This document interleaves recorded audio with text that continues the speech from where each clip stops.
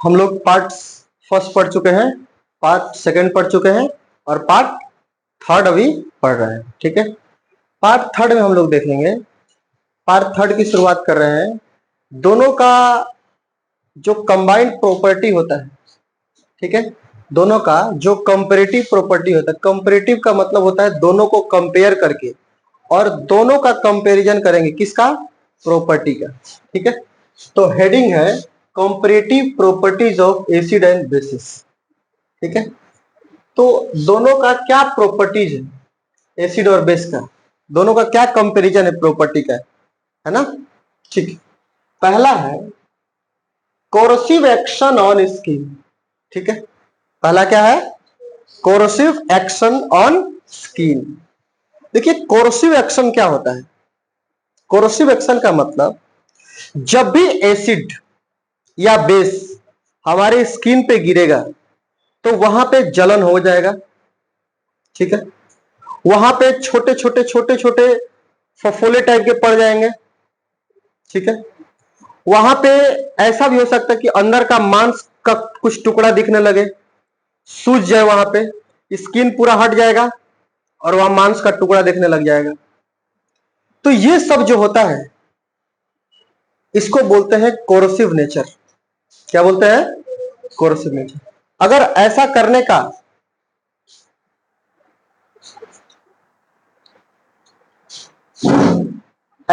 का प्रवृत्ति जिसके पास भी है उसको हम लोग बोलते हैं कोरोसिव नेचर। क्या बोलते हैं, कोरोसिव नेचर। तो एसिड, जितने सारे स्ट्रॉन्ग एसिड होते हैं, स्ट्रॉन्ग एसिड में आपका आ गया HCl, आपका आ गया H2SO4 और आपका आ गया HNO3। H2SO4 का नाम क्या है, सल्फ्यूरिक एसिड।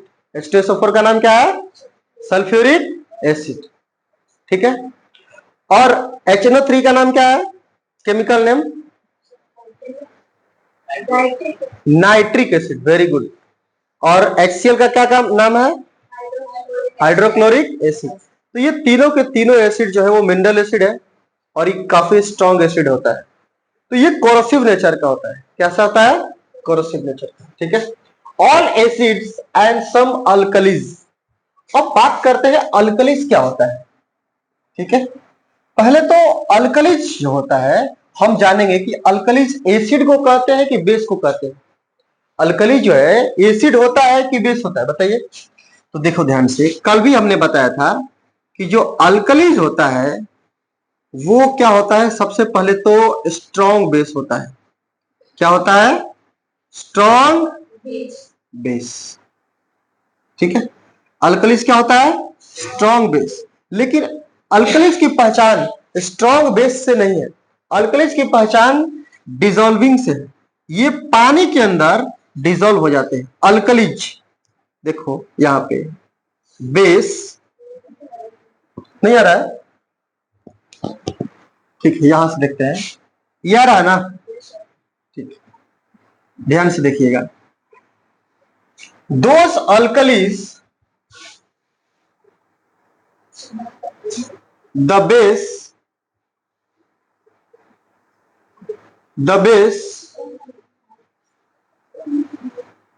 which is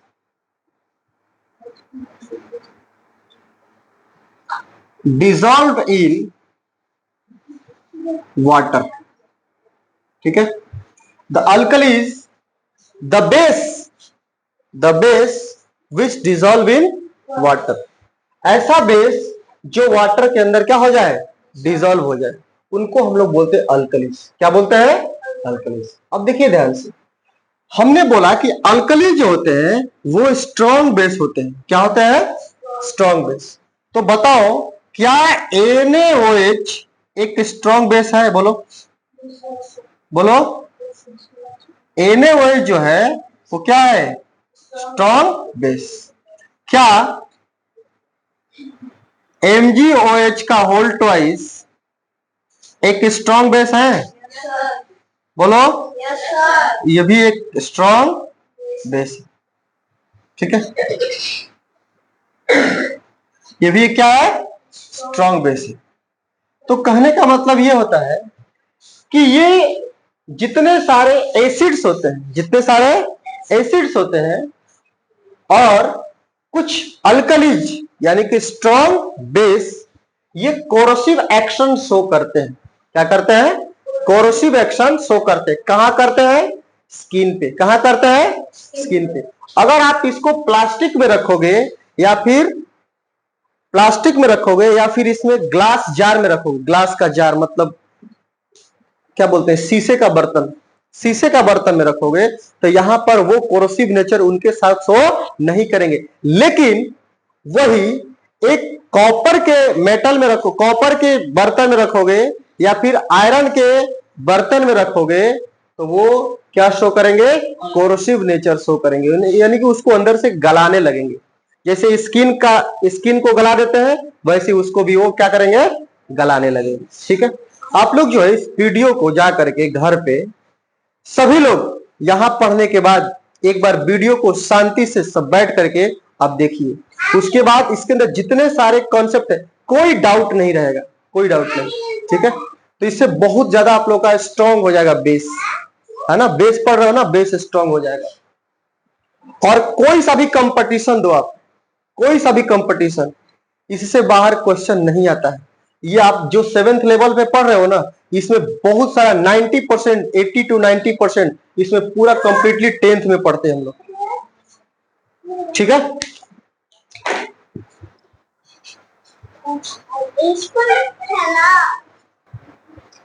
ठीक है ना। उसके बाद हम लोगों ने पहला देखा कि जितने सारे एसिड होते हैं, जितने सारे एसिड्स होते हैं और कुछ अल्कलीज, अल्कलीज मतलब the base which can dissolve in water are called alkalis. ठीक है, वो बेसिक होते हैं। वो कैसा होते हैं? वो कोरोसिव नेचर शो करते हैं। कहां पे? स्किन पे। कहां पे? स्किन पे। ठीक है ना, समझ आई बात। उसके बाद सेकेंड पॉइंट देखिए, इसके अंदर एग्जांपल देखिए कैसे कैसे करते हैं। जैसे ये हमारा H2SO4 हो गया। ये H2SO4 क्या है? स्ट्रॉन्ग एसिड है। क्या है? स्ट्रॉन्ग एसिड है। ये क्या करता है कि जो स्किन है, क्या है? स्किन। स्किन क्या है? एक हमारा टिश्यू है। स्किन क्या है? हमारा टिश्यू है। तो जो स्किन का जो टिश्यू है उससे वाटर को क्या कर लेता है? ये एब्जॉर्ब कर लेता है।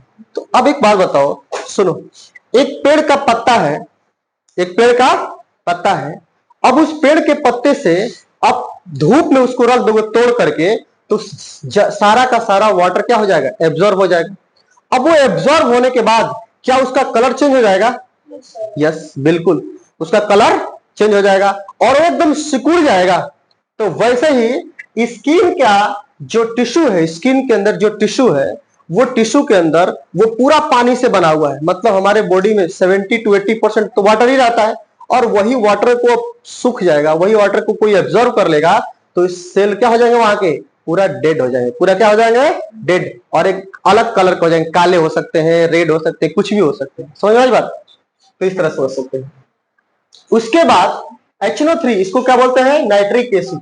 React with skin protein. देखो हमारे स्किन के पास देखो जितने सारे सेल होते हैं ना, बाबू सुनो ध्यान से, जितने सारे सेल होते हैं हमारे बॉडी में, सारे सेल का पानी के अलावा जो सबसे ज्यादा मात्रा में चीजें रहती है उनके अंदर, वो रहती है प्रोटीन। ये हम सब पढ़ चुके हैं। तो वो क्या करता है? प्रोटीन को क्या कर लेता है? एब्जॉर्ब कर लेता है। प्रोटीन क्या करता है? मतलब प्रोटीन को एब्जॉर्ब करेगा तो वहां से क्या हो जाएगा ना, वो ऐसा आपको लगेगा कि जो मांस का टुकड़ा नहीं होता है, मांस का टुकड़ा, वैसे ही स्किन पे फफोले टाइप के, मांस के टुकड़ा टाइप के बन जाएगा हमारे स्किन पे। तो ये सब होता है उसका एक्शन, इसका HNO3। ठीक है, अब बेस की बात करते हैं। NaOH मतलब सोडियम हाइड्रोक्साइड एंड KOH, इसको बोलते हैं पोटेशियम हाइड्रोक्साइड।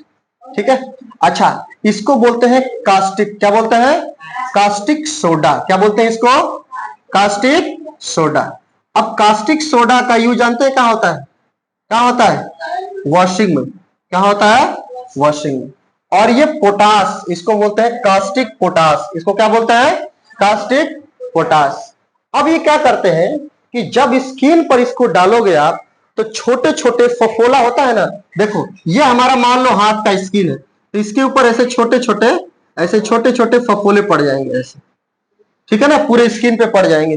तो इसको बोलते हैं कास्टिसाइजिंग एक्शन। क्या बोलते हैं इसको?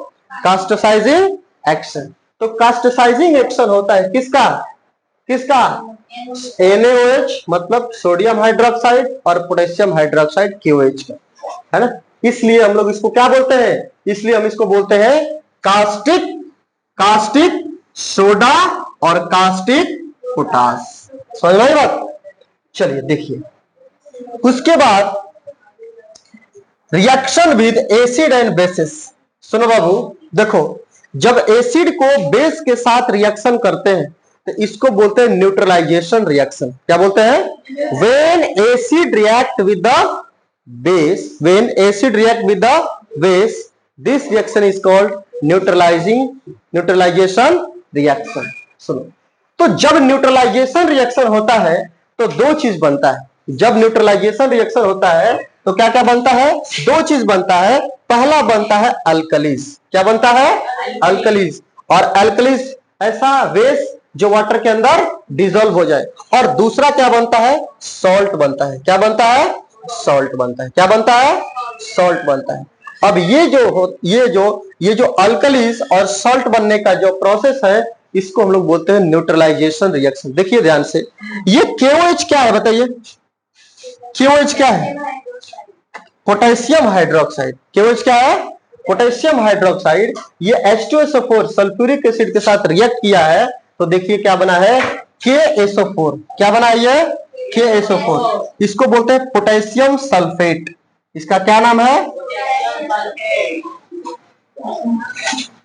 पोटेशियम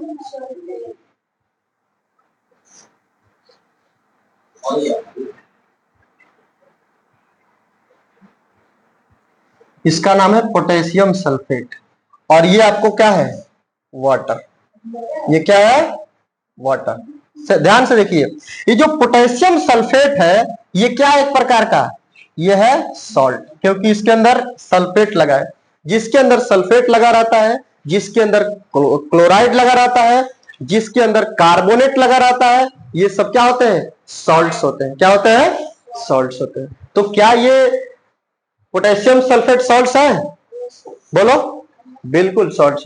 उसके बाद देखिए दूसरा रिएक्शन कैल्शियम हाइड्रोक्साइड, इसको बोलते हैं CaOH का होल ट्वाइस। ये जब HNO3 मतलब नाइट्रिक एसिड के साथ रिएक्शन करेगा तो क्या बना देगा? क्या बना देगा? Calcium nitrate. क्या बना देगा? Calcium nitrate. और क्या बना देगा? हाँ, H2।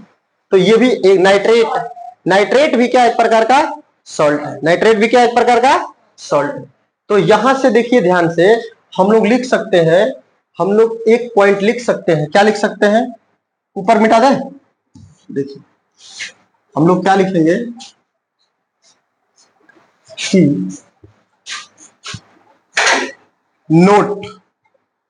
नोट में क्या लिखेंगे? When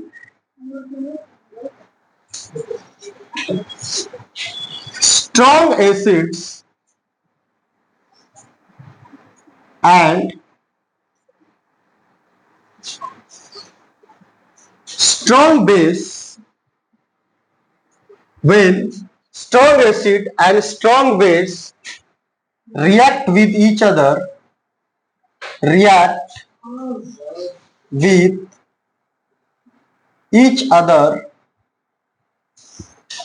this is called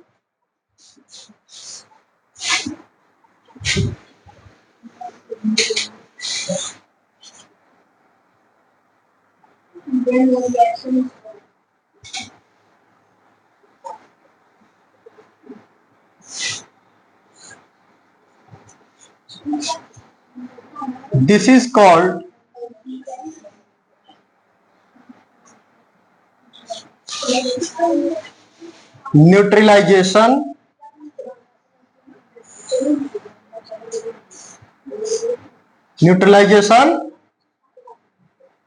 reaction. This is called neutralisation reaction. इसको क्या बोलते हैं हम लोग? न्यूट्रलाइजेशन रिएक्शन बोलते हैं। क्या बोलते हैं? Neutralisation reaction. ठीक है, लिख लीजिए इसको आप लोग।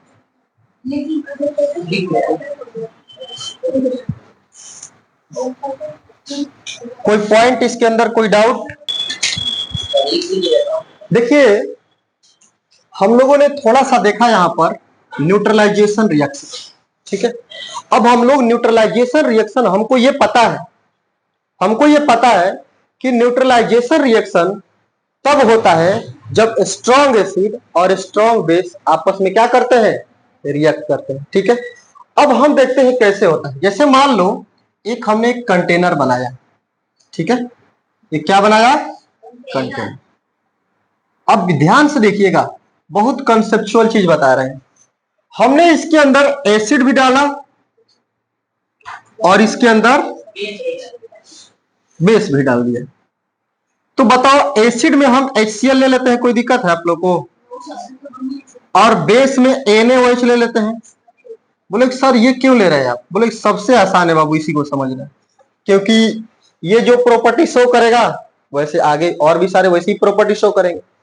ठीक है, तो अब देखिए हमने इसके अंदर HCl जब लाया और NaOH लाया, दोनों को जब मिक्सअप कर दिया तो देखिए क्या घटनाएं घटी। यहां से ये जो HCl है वो बन गया H+ और Cl-, यानी कि इसके अंदर बहुत सारे H+ और Cl-, H+ और Cl-, H+ और Cl-, है ना, H+ और Cl-, ऐसे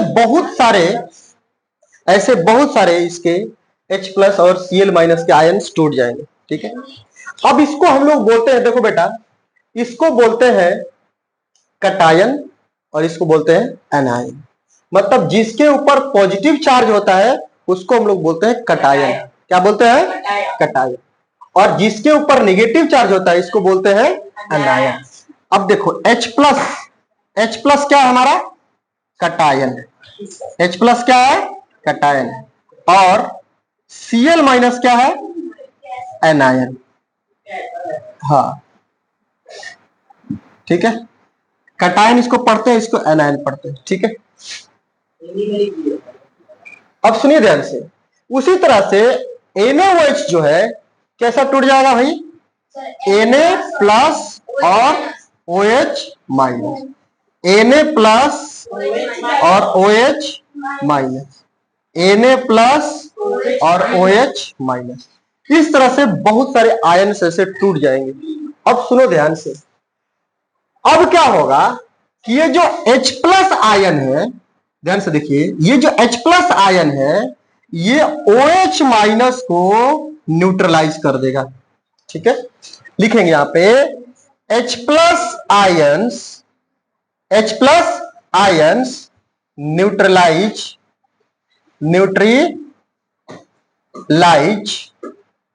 OH- आयन।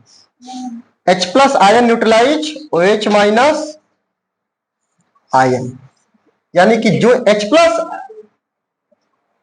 आयंस है वो OH- को क्या कर देगा? न्यूट्रलाइज कर देगा। क्यों न्यूट्रलाइज करेगा? क्योंकि ये प्लस नेचर का है और ये माइनस नेचर का है। अब एक बात बताइए बाबू, यहां पर H+ और प्लस OH- ये क्या बनेगा? क्या H2O बनेगा? बोलो, क्या H2O बनेगा? यस, 100% बनेगा। उसके बाद सुनिए ध्यान से, अब ये जो Na+ का जो आयन है, Na+ का जो आयन है वो Cl- के साथ बॉन्ड बना लेगा। क्या करेगा? Na+ का जो आयन है वो Cl- के साथ बॉन्ड बनाकर क्या बन जाएगा? NaCl। क्या बन जाएगा? NaCl। आप लोग को एक इंटरेस्टिंग चीज इसमें दिख रही होगी कि देखिए NaCl क्या है, एक प्रकार का, बोलिए, क्या NaCl सॉल्ट है? बोलिए, NaCl क्या कहलाता है? सॉल्ट कहलाता है। इसको हम लोग कॉमन सॉल्ट के नाम से भी जानते हैं। क्या जानते हैं? कॉमन सॉल्ट, या इसका एक और नाम है। क्या नाम है इसका? एक और नाम है। पहला तो कॉमन सॉल्ट, इसको हम लोग टेबल सॉल्ट के नाम से जानते हैं। क्या जानते हैं? Table salt. इसके एडिबल सॉल्ट, इसको खाने वाला नमक बोलते हैं। आप इस नमक को खा सकते हो। अब सुनो ध्यान से देखो। यानी कि इस जब हम एसिड को बेस के साथ रिएक्शन कराए तो यहां पर दो चीज बना, और दोनों चीज क्या क्या है? पहला है वाटर। पहला क्या है? वाटर, यानी कि वाटर बनेगा। और दूसरा क्या बनेगा? सॉल्ट बनेगा। तो क्या यही न्यूट्रलाइजेशन रिएक्शन नहीं है? क्या यही न्यूट्रलाइजेशन रिएक्शन नहीं है? है? अब सुनो बाबू, दो प्रकार के न्यूट्रलाइजेशन रिएक्शन होता है। न्यूट्रलाइजेशन रिएक्शन कितने प्रकार का होता है? दो प्रकार के। देखिए, हम इसको थोड़ा सा मिटा दें, इसको ये लिख लिया आप लोग।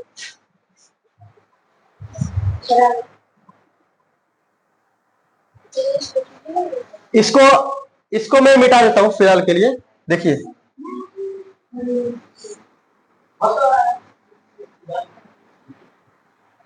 चलो आप लोग वीडियो में देख करके आप लोग नोट कर सकते हैं। देखिए ध्यान से, न्यूट्रलाइजेशन रिएक्शन जो होता है,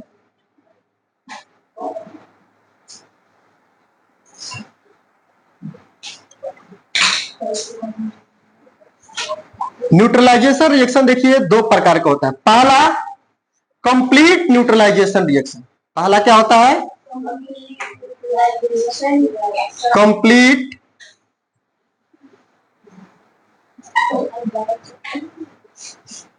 neutralisation reaction. Complete neutralisation reaction. और दूसरा होता है ना, और दूसरा होता है पार्शियल पार्शियल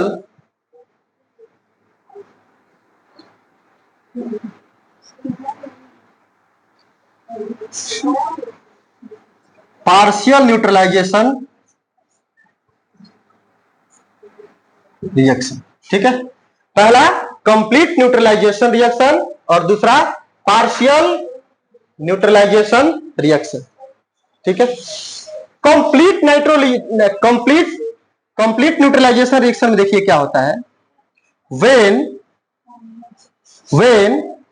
ऑल, बाबू सुनो यहां पे, when all H plus ions neutralize, all H plus ion neutralize OH minus ions are called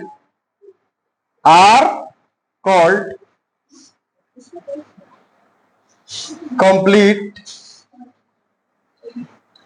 neutralization reaction। Complete neutralisation reaction. ठीक है, उसके बाद देखो, वेन, अच्छा,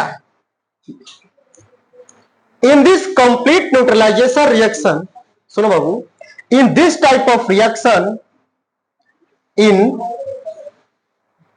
this types of reactions there is a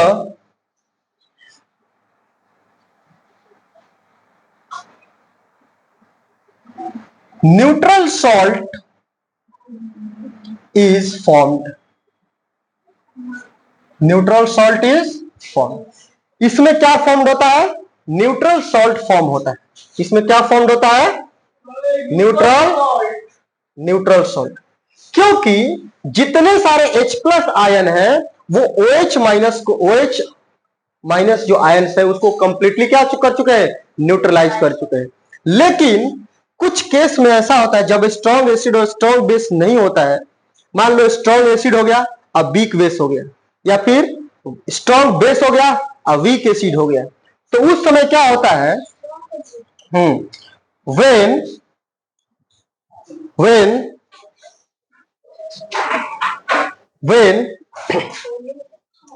H plus ions do not neutralize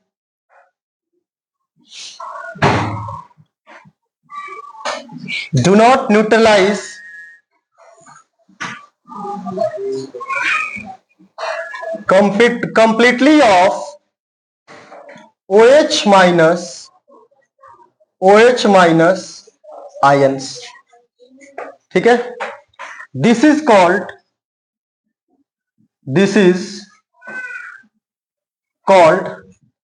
partial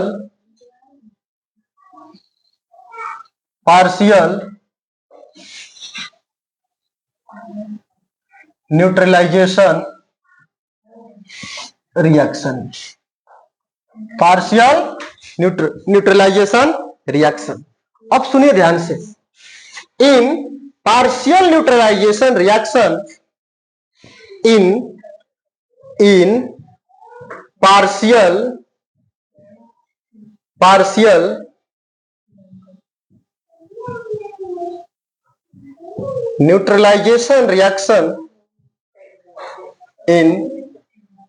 neutralisation reaction, acidic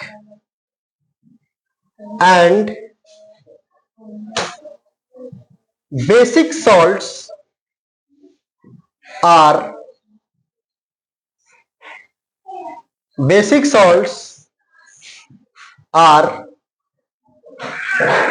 form.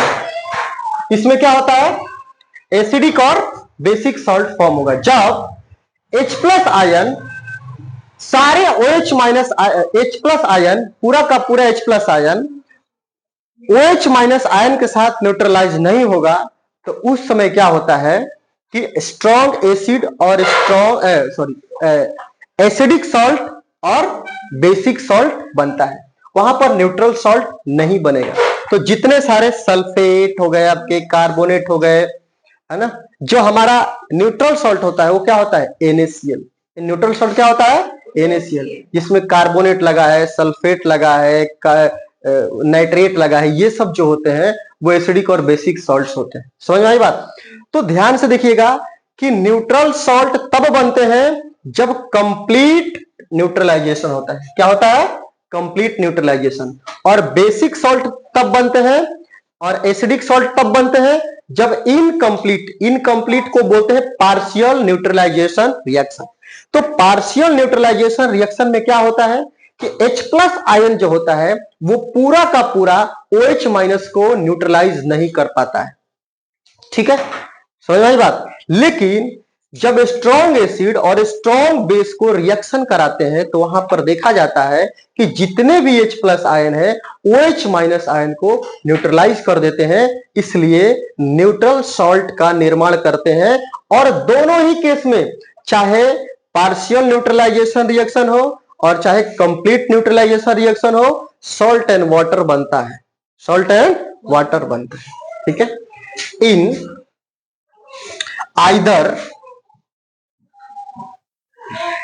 either in complete or partial neutralization,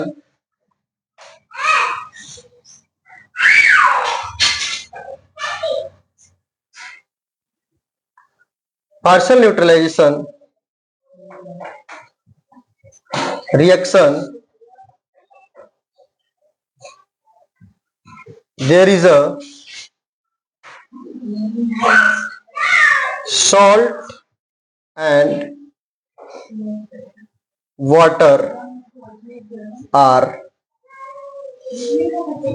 formed। तो ये common हो गया एक तरह से, क्या बताइए, कॉमन हो गया, क्या कॉमन हो गया, बताइए क्या कॉमन हो गया, सॉल्ट एंड वाटर बनता है। कब, चाहे कंप्लीट न्यूट्रलाइजेशन हो और चाहे पार्शियल न्यूट्रलाइजेशन। तो मुझे उम्मीद है कि आप लोग को सारा समझ में आया होगा, इसको नोट कर लीजिए आप लोग पहले।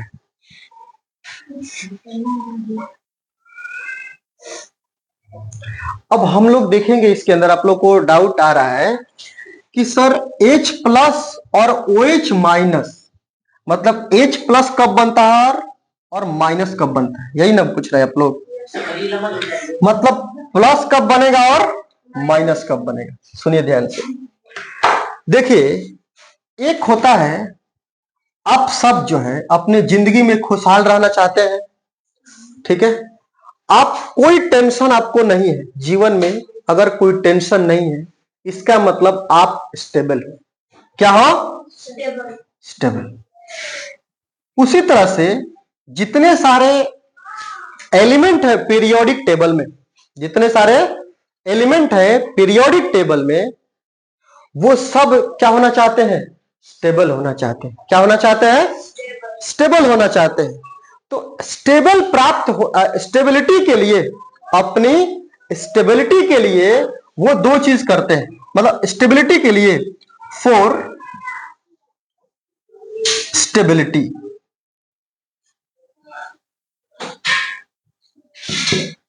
स्टेबिलिटी के लिए वो पहला काम करते हैं लॉस ऑफ इलेक्ट्रॉन। क्या करते हैं? Loss of electron. दूसरा शेयर ऑफ इलेक्ट्रॉन। क्या करते हैं? Share of electron. और तीसरा, विंडोज खोल दीजिए, अभी लाइट नहीं है ना, थोड़ा सा लाइटिंग का प्रॉब्लम आएगा। पहला लॉस ऑफ इलेक्ट्रॉन, दूसरा शेयर ऑफ इलेक्ट्रॉन, और तीसरा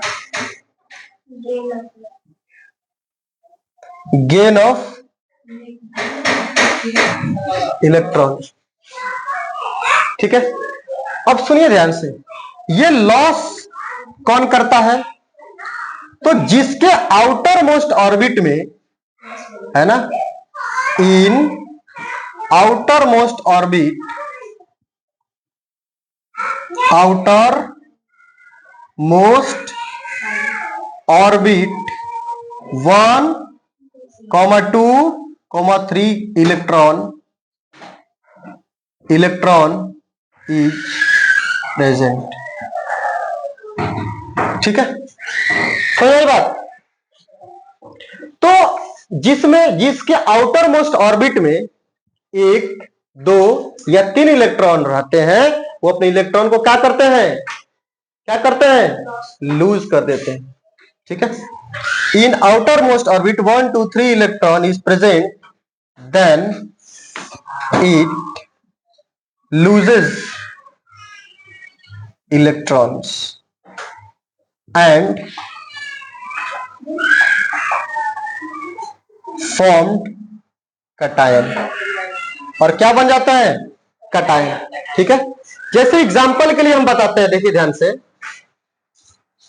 इसको मिटा करके पूरा आप लोग को थोड़ा सा संक्षिप्त में बता देते हैं। हमेशा आप लोग परेशान होते होंगे इस चीज को देख करके, नहीं?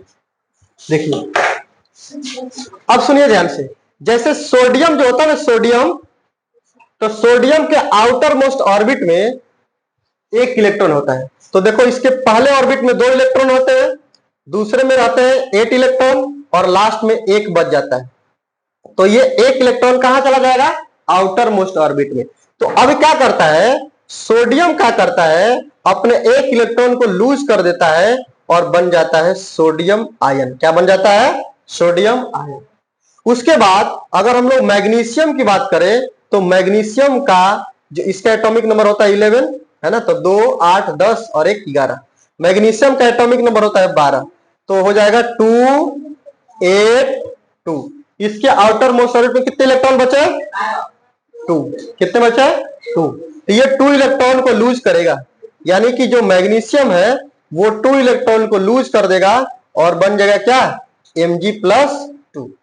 उसी तरह से सिमिलरली जो एल्यूमिनियम है, एल्यूमिनियम का एटॉमिक नंबर होता है 13, यानी कि 2, 8, 3। ये सब जो मैं लिख रहा हूं ना, ये सब इलेक्ट्रॉनिक कॉन्फ़िगरेशन कहलाता है। क्या कहलाता है? Electronic configuration. और इलेक्ट्रॉनिक कॉन्फ़िगरेशन का मतलब होता है arrangement of electron in the orbit. Electronic configuration का मतलब arrangement of electron in the orbit. Orbit में कैसे कैसे इलेक्ट्रॉन प्रेजेंट है। तो इसका मतलब पहले ऑर्बिट में कितने इलेक्ट्रॉन प्रेजेंट होते हैं? 2। दूसरे ऑर्बिट में कितने प्रेजेंट होते हैं? 1। और तीसरे ऑर्बिट में 18, 3 नहीं 18, ऐसे चलता जाएगा। बोलो सर ये कौन सा फॉर्मूला लगा कर आप कर रहे हैं? तो देखो 2n² लगा देना। क्या लगा देना? 2n²। अब पहला ऑर्बिट में अगर भरना है तो n की वैल्यू 1 रखोगे, तो 1 का स्क्वायर 1 और 2 इंटू 1 2। दूसरा ऑर्बिट में अगर रखना है तो n की वैल्यू आप 2 रख दीजिए, और n की वैल्यू 2 रखिएगा तो यहां पर 2 2 जा 4 और 4 2 जा 8 आ जाएगा। फिर तीसरे ऑर्बिट की बात करेंगे तो n की वैल्यू 3 रखिए, चौथे ऑर्बिट की बात करेंगे n की वैल्यू 4 रखिए। लेकिन इतना सारा ऑर्बिट होने के बावजूद भी इतना सारा नहीं हो पाता है। लेकिन एक वैज्ञानिक थे जिन्होंने बोला था कि भाई किसी एटम को अगर स्टेबल रहना है, कैसा रहना है, स्टेबल रहना है, तो उसको नोबल गैस बन करके रहना पड़ेगा, नोबल गैस की तरह रहना पड़ेगा। कैसा रहना पड़ेगा, नोबल गैस की तरह।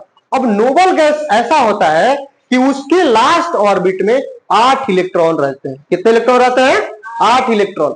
तो जिसके जिसके ऑर्बिट में 8 इलेक्ट्रॉन रहेंगे लास्ट ऑर्बिट में, हाइड्रोजन हीलियम सब लिथियम तुम छोड़ करके, है ना, जिसके लास्ट ऑर्बिट में 8 इलेक्ट्रॉन रहेंगे वो क्या कहलाएंगे, स्टेबल कहलाएंगे। क्या कहलाएंगे, स्टेबल। अब लेकिन इसके ऑर्बिट में 1 इलेक्ट्रॉन है, तो ये इलेक्ट्रॉन क्या करता था, क्या कर देता है, लूज कर देता है। और अब 8 इलेक्ट्रॉन बच गया कि नहीं, तो अब ये स्टेबल हो गया। ठीक है ना। तो उसी तरह से इसके लास्ट ऑर्बिट में कितने इलेक्ट्रॉन है, 2, तो ये दोनों को लूज कर दिया। इसके 3, ये तीनों को लूज कर देगा। और जब तीनों को लूज करेगा तो क्या बना देगा, Al+3। तो कहने का मतलब ये है, या Al3+ ऐसा कुछ है ना, ठीक है। कहने का मेरा मतलब ये है कि अब आपको पता चल गया कि भाई जो इलेक्ट्रॉन को लूज कर देते हैं वो क्या बन जाते हैं, पॉजिटिव आयन बन जाते हैं। क्या बनता है, पॉजिटिव आयन, जिसको हम लोग बोलते हैं कटायन। कटायन को क्या बोलते हैं, पॉजिटिव आयन बोलते हैं। समझ में आई बात। उसी तरह से जो इलेक्ट्रॉन को गेन करते हैं, जो इलेक्ट्रॉन को गेन करते हैं उनके ऊपर कैसा चार्ज आ जाता है, निगेटिव चार्ज आ जाता है। अब देखो बाबू, देखो यहां पे देखेंगे हम लोग कि निगेटिव आयन कैसे बनते हैं। चलो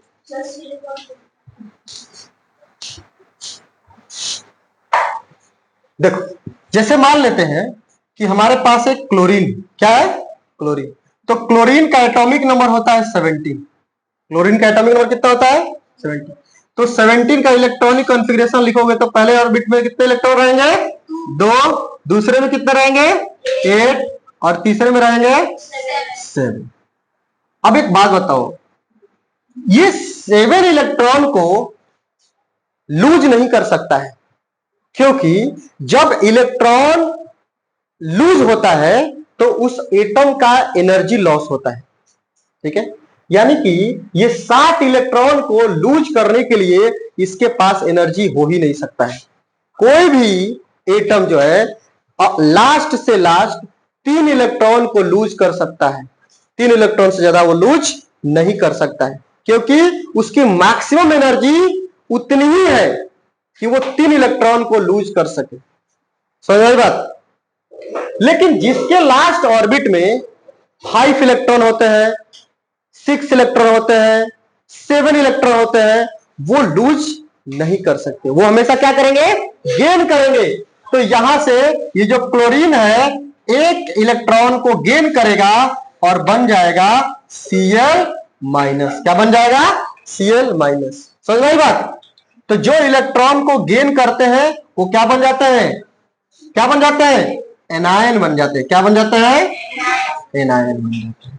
और जो इलेक्ट्रॉन को लूज करते हैं वो क्या बन जाते हैं, कैटायन। अब सुनो बाबू, शेयर करने वाले कौन है भाई, शेयर करने वाले कौन, तो देखो शेयर वो करेंगे जिनके आउटर मोस्ट ऑर्बिट में 4 इलेक्ट्रॉन होगा। क्या होगा, 4। वैसे शेयर कोई भी कर सकता है, लेकिन स्पेशली जिसके ऑर्बिट में 4 इलेक्ट्रॉन रहेंगे वो लूज भी नहीं कर सकते हैं और वो गेन भी नहीं कर सकते हैं।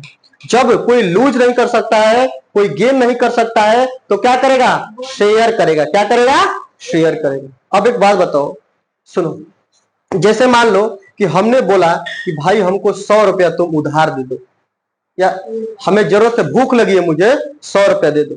तो तुमने 100 रुपया मुझे दे दिया, ठीक है, बोलो 100 रुपया हम तुमने दे दिया। तो तुम धनी कि हम धनी, बताओ। देने वाला धनी होगा ना भाई, देने वाला धनी होगा ना। तो जो देने वाला होगा हमेशा उसके ऊपर प्लस चार्ज आएगा। देखो कहां गया, ये क्या कर रहा था, सोडियम, ये सोडियम क्या कर रहा था, मैग्नीशियम क्या कर रहा था, एल्यूमिनियम क्या कर रहा था, ये सब दे रहे थे। तो इसके ऊपर इसीलिए प्लस चार्ज आ जा रहा था। समझ में आई बात? क्या आ जा रहा था, प्लस चार्ज। और लेने वाला हमेशा रेडी रहता है। क्या रहता है, रेडी। भाई कर्जदार रहता है, तो कर्जदार हमेशा क्या है, कर्जदार अच्छी चीज है, नेगेटिव चीज है। कैसी चीज है, नेगेटिव। तो ये क्लोरीन ले रहा है ना, इसलिए इसके ऊपर कौन सा चार्ज लगा है, नेगेटिव। अब सुनो बताते हैं। लेकिन शेयर करने वाला कॉन्सेप्ट देखो, बोलोगे भाई 100 रुपया सर हम आपको उधार तो दे देंगे, नहीं उधार नहीं, मतलब खाने पीने को दे देंगे, लेकिन आपको बदले में मुझे ये चीजें आपको देनी पड़ेगी। तो कहने का मतलब ये है कि चलो हम 100 रुपया का क्या करते हैं कि सर हम दोनों लोग मिल करके खाएंगे। 100 रुपए क्या करेंगे, दोनों लोग मिल करके खाएंगे। वो 100 रुपए तुमने हमको अकेले नहीं दिया, हमें उसकी जरूरत थी, तुम भी उसके अंदर खाए। तो कहने का मतलब ये है। और अब दीप प्रकाश सर ने क्या किया कि 100 रुपए मांगा और उसने मुझे दे दिया। तो एक बात बताओ, तुम्हारा हमारा बॉन्डिंग स्ट्रांग होगा कि उसका हमारा बॉन्डिंग स्ट्रांग होगा? बोलो। जैसे 100 रुपए हम दोनों लोग खा रहे हैं और हम 100 रुपए में हमको अकेले दिया है खाने के लिए, तो हमारा बॉन्डिंग स्ट्रांग होगा कि इसके साथ हमारा बॉन्डिंग स्ट्रांग होगा? नहीं, बिल्कुल नहीं। आप शेयर में आप भी खा रहे हो, आप कर्ज भी दे रहे हो और उस कर्ज का पैसा भी खा रहे हो आप, तो आपका हमारा बॉन्डिंग हमारे मन में होगा ना, यार हमको देना चुकाना भी पड़ेगा और ये मेरा यूज भी कर रहा है, लेकिन ये तो कंप्लीटली दे चुका है मुझे। तो जब लेना और देने वाला कॉन्सेप्ट आ जाए, इसको बोलते हैं आयनिक बॉन्ड। क्या बोलते हैं, आयनिक बॉन्ड। तो ट्रांसफर ऑफ इलेक्ट्रॉन जब होता है,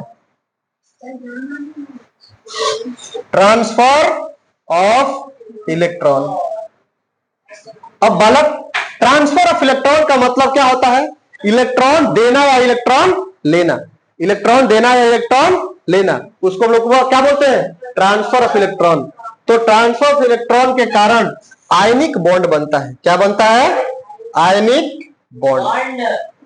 समझ बात? चलो बहुत अच्छी चीज समझा दिया आप लोग को आज।